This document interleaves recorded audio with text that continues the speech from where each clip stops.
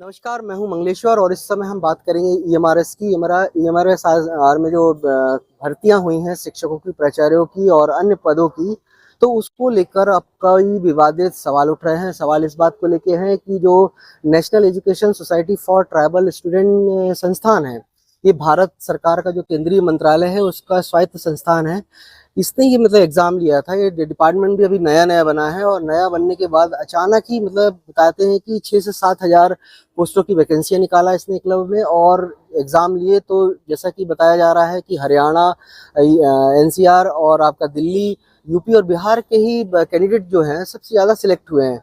और सवाल इसलिए भी उठाया जा रहा है कि जो अभी नीट के एग्ज़ाम हुए उसी क्षेत्र के आसपास के सारे कैंडिडेट हैं।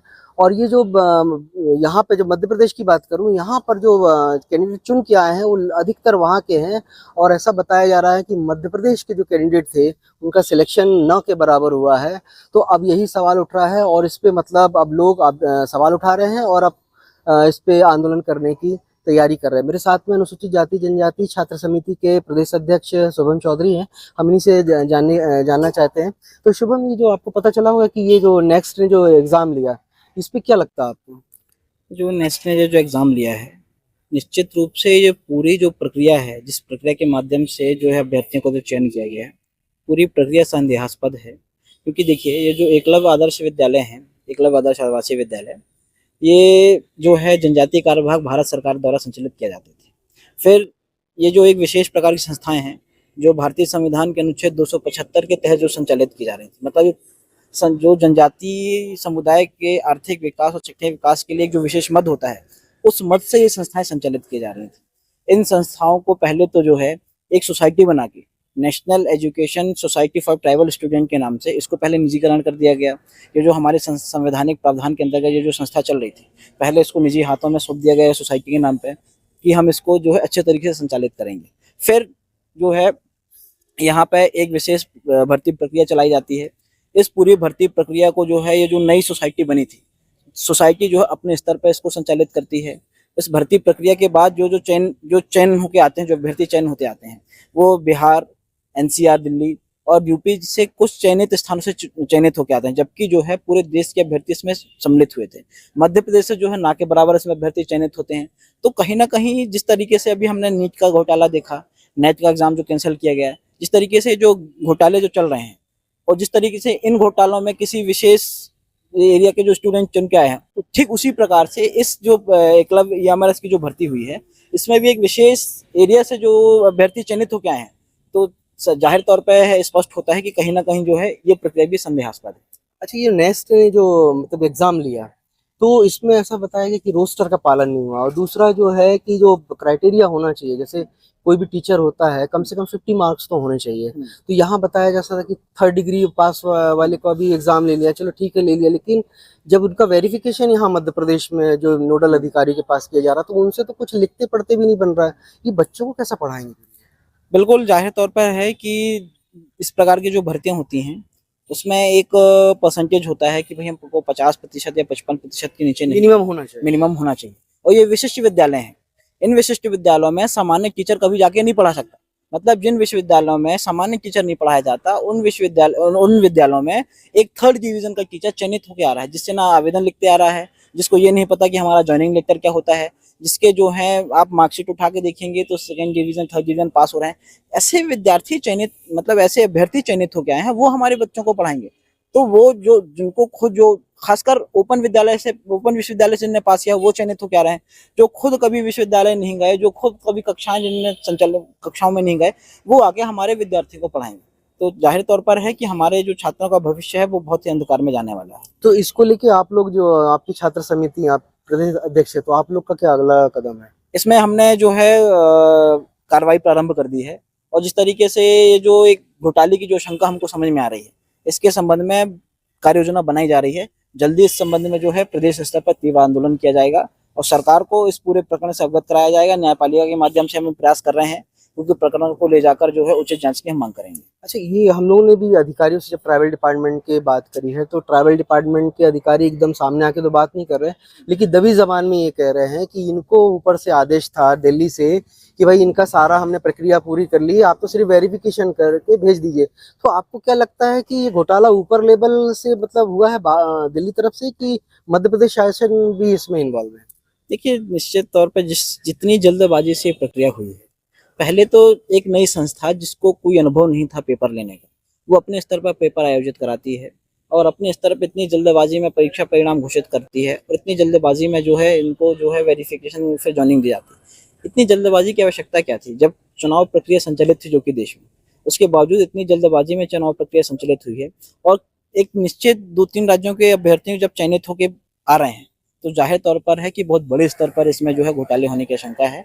वो मुझे लगता है कि प्रदेश शासन से ज़्यादा जो है इसमें जो ऊपर जो बैठे हुए लोग हैं, खासकर जो केंद्र में बैठे हुए लोग हैं, उनकी ज़्यादा भूमिका इसमें समझ में आती है। अच्छा, आपको क्या लगता है कि जैसे वहां से ये सारी चीजें घटी होंगी, अब जैसे नीट का भी आ रहा है, नीट का तो अब सबको ओपन ही हो गया कि चल ही रहा और बड़ा मामला भी हो गया, अब तो उसपे कोर्ट में भी लग गया, कोर्ट ने भी बहुत सी चीजें उस पर कह दी है। लेकिन ये इस तरीके के एग्जाम जैसे नेक्स्ट की बात कर रहे हैं, इनको तो एक्सपीरियंस नहीं है, तो इनको क्या थोड़ा ये नहीं सोचना चाहिए कि भाई जो एजेंसी है एग्जाम लेने वाली, बहुत सारी एजेंसियां, सीबीएसई भी ले सकता था और यूपीएससी भी ले सकता था, या फिर एमपीपीएससी को बोल देते, या उस स्टेट की संस्था को बोल देते, वो ले सकते थे। अब ये इन्होंने खुद कंडक्ट कर लिया, इनको तो खुद भी नॉलेज नहीं कि कैसा लेना है, और ये ऑफलाइन एग्जाम हुआ है। ऑनलाइन होता तो ऑनलाइन में अपन आदमी देख भी लेता, ऑफलाइन में तो आपको मालूम है कि जो नीट के भी एग्जाम हुए हैं वो ऑफलाइन हुए हैं, और ऑफलाइन में सीधा सीधा खेल होता है। तो आपको लगता है इसमें बहुत बड़ा खेल हुआ होगा? देखिए, हम तकनीकी के दौर में गुजर रहे हैं और आप 4th क्लास क्लर्क का भी अगर एग्ज़ाम देने जाते हैं, तो वो भी ऑनलाइन मोड में कराया जाता है और ये पूरी की पूरी प्रक्रिया ने ऑफलाइन मोड में कराई, एक चीज़।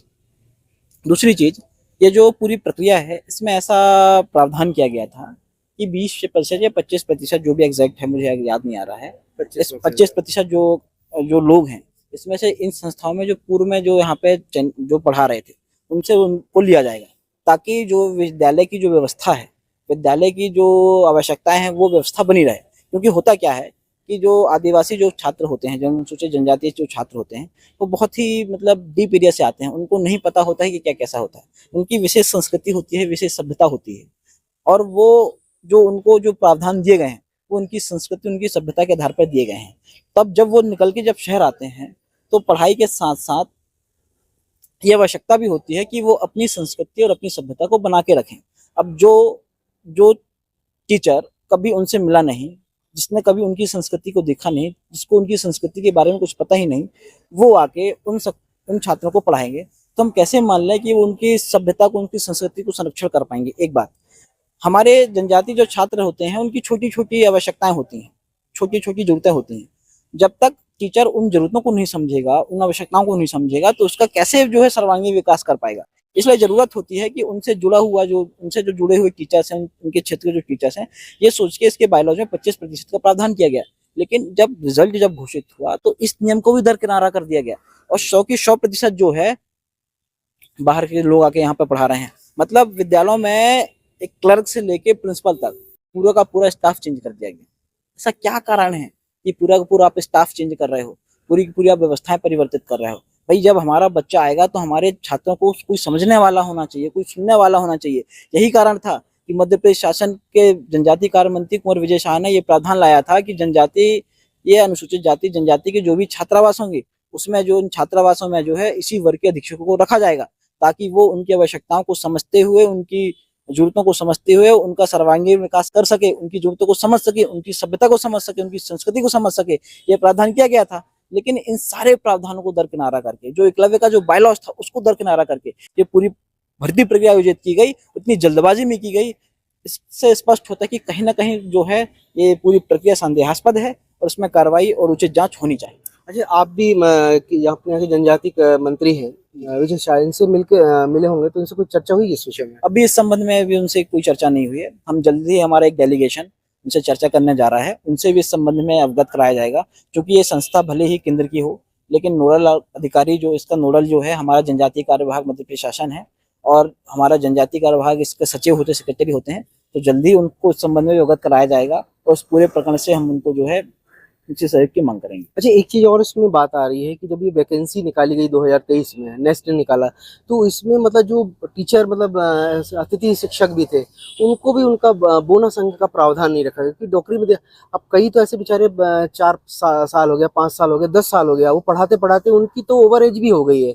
अब बेचारे इस आस लगा के बैठे थे कि भाई चलो आज नहीं तो कल एग्जाम होगा, उनको अगर मौका मिलेगा तो उससे बोनस अंक लेके वो निकाल लेंगे, लेकिन उनको भी नहीं दिया गया। तो आपको नहीं लगता है कि ये मतलब एक प्रकार से सरकार रोजगार देने की बात करती है, दूसरे बेरोजगार भी कर देती है? जो कि अभी हमने देखा कि पिछले साल अपने शिवराज मामा ने एक तो अतिथि शिक्षकों के साथ क्या किया, उनको बोला कि भाई निकालेंगे नहीं, और अभी वर्तमान में देखेंगे कि सारे बाहर कर दिए, फिर विज्ञापन जारी कर दिया गया। तो ये छलावा नहीं है उनसे? बिल्कुल छलावा है। और देखिए, दो बातें होती हैं।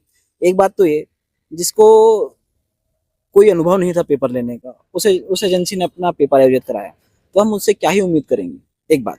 दूसरी बात, ये जो आप बात कर रहे हैं अतिथि शिक्षकों की, तो जितने भी डिपार्टमेंट हैं, जैसे ट्राइबल मध्य प्रशासन में जो भर्तियां होती हैं शिक्षकों की, सेंट्रल स्कूल में जो भर्ती होती है, सब में जो है बोनस अंक का प्रावधान है और सब में बोनस अंक दिए तो जाते हैं, नेस्ट नहीं दिया, लेकिन नेस्ट ने नहीं दिया। यही पूरी मतलब यही सबसे बड़ा फेलियर हमको दिखता है कि जब हर जगह अतिथि शिक्षकों को 2 साल 10 साल तक जो जिनने मतलब उम्र अपनी बिताई है, उनको जो है बोनस अंक दिए जाते हैं, लेकिन यहाँ पे क्या कारण था कि इनको बोनस अंक नहीं दिए गए? ऐसी क्या व्यवस्था ये लगाना चाहते हैं? मतलब सीधा सीधा है, ये केवल और केवल इन संस्थाओं में, चूंकि ये जो है जनजातीय कार्य विभाग, भारत सरकार भारत संविधान के अनुच्छेद 275 संचालित होती है, पर्याप्त इसमें फंड आता है, तो केवल और केवल अपने लोगों को लाभ पहुंचाने के लिए कि किस तरीके से हमारे वर्ग के जो बजट है उसका जो है गमन किया जाए, उसका गमन करने के लिए ये जो है अपने लोगों को ज़्यादा से ज़्यादा इन्होंने हमारी संस्थाओं में भेजा है, हमारी संस्थाओं में बिठाला है, ताकि इन संस्थाओं को बर्बाद कर दिया जा सके और इनको रोजगार से कोई लेना देना नहीं। अच्छा, तो अब आप मतलब जैसी बात कर रहे हैं कि अभी इसके लिए तैयारियां पूरी चल रही हैं, तो अभी ये मतलब इनकी तो नियुक्तियां हो गई हैं, तो अभी नियुक्तियां होने के बाद इनको अब कैसे मतलब आप वापस भेजने की प्रक्रिया करवाएंगे, कि इसके सरकार से बोलेंगे कि इसमें कोई नई चीजें मतलब अभी हम जो है इसमें कार्रवाई कर रहे हैं। इससे पहले भी बहुत बड़े बड़े देश में घोटाले हुए, व्यापम घोटाला हुआ है। व्यापम घोटाले में भी जो है आपने देखा कि बहुत सारे लोग की नौकरी लग चुकी थी, बहुत सारे लोग पास आउट हो चुके थे। यूपी में भी लगने के बाद हटा दिया? यूपी में भी लगभग हटा दिया था।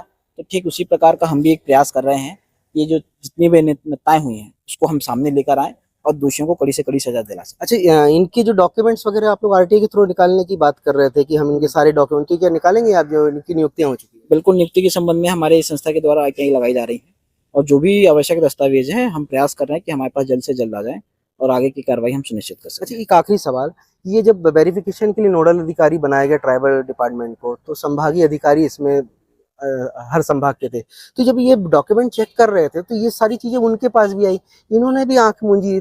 इनको तो बोलना चाहिए था कि भाई इसमें ये गलतियां हैं तो इसको पूरा, तो ये लोग मतलब क्यों नहीं बोल पा रहे? ऐसा क्या इनके ऊपर भी दबाव है क्या, अधिकारियों के ऊपर? अब अधिकारी हैं, निश्चित रूप से उन पर दबाव होगा। यही कारण है कि जिससे आवेदन लिखते नहीं आता है, वो बच्चा जो है जाके वहाँ पे ज्वाइनिंग ले रहा है, जिसको ये नहीं पता कि ज्वाइनिंग लेटर क्या होता है। ऐसे अभ्यर्थी चयनित होके आए, जो 3rd डिवीजन जिसने पास किया, ऐसे अभ्यर्थी चयनित होके आए और उन्होंने जाके वहाँ पे परीक्षा पास भी कर ली और वहाँ पे जाके ज्वाइनिंग भी ले ली, और सारा कुछ जो है अधिकारियों के सामने हुआ। तो कहीं ना कहीं बिल्कुल स्पष्ट होता है कि अधिकारियों पर भी बहुत बड़ा दबाव था, जिस कारण उन्होंने जो है अभी तक इस संबंध में कुछ नहीं बोला। शुभम, आपका बहुत बहुत धन्यवाद। तो जैसे कि शुभम ने बताया कि ये मतलब जो भर्ती प्रक्रिया जो हुई है और जो नियमित अभी स्टाफ आ चुका है ईएमआरएस में, तो कहीं ना कहीं नेस्ट में बहुत बड़ा घोटाला हुआ है, ऐसा मतलब शुभम का भी कहना है, और सामने भी चीजें आ रही, क्योंकि लगातार जो देखा जा रहा है कि अभी जो ऑफलाइन एग्जाम नेक्स्ट ने लिया है, नेक्स्ट को इसके बारे में कोई एक्सपीरियंस नहीं है एग्जाम लेने का, और अभी नई संस्था मतलब बनी है कुछ ही साल पहले, तो ये कैसे मतलब ये इतने बड़ी मतलब जवाबदारी ले सकता था? चाहे अगर इसको एग्जाम कंडक्ट कराना था किसी एजेंसी के थ्रू भी करवा सकता था, लेकिन खुद किया, ऑफलाइन एग्जाम लिया। और अभी जैसे नीट का जो एग्जाम हुआ है, इतना बड़ा घोटाला सामने आया है, तो कहीं ना कहीं नेक्स्ट में भी ऐसा घोटाला होगा। अब ये जैसे शुभम बता रहे हैं कि इन्होंने मतलब सारे डॉक्यूमेंट कलेक्ट किए हैं और कर रहे हैं, और इसके बाद ये बहुत आंदोलन की बात कर रहे हैं, और इसको मतलब शायद इनका कहना है कि हम आगे कोर्ट में भी इसको ले जाने की कोशिश प्रयास करेंगे। तो अब ये देखना है कि ये जो भर्तियां हो चुकी हैं, अब इसको मतलब शासन प्रशासन किस नजरिए से देखता है, और वो लोग जो बेचारे एग्जाम देने के बाद बैठे थे कि उनका नंबर आएगा, उनका नंबर आया नहीं है, अब वो इस चीज को मतलब किस व्यू में ले जाते हैं, ये आने वाला समय ही बता पाएगा। जबलपुर से मंगलेश्वर।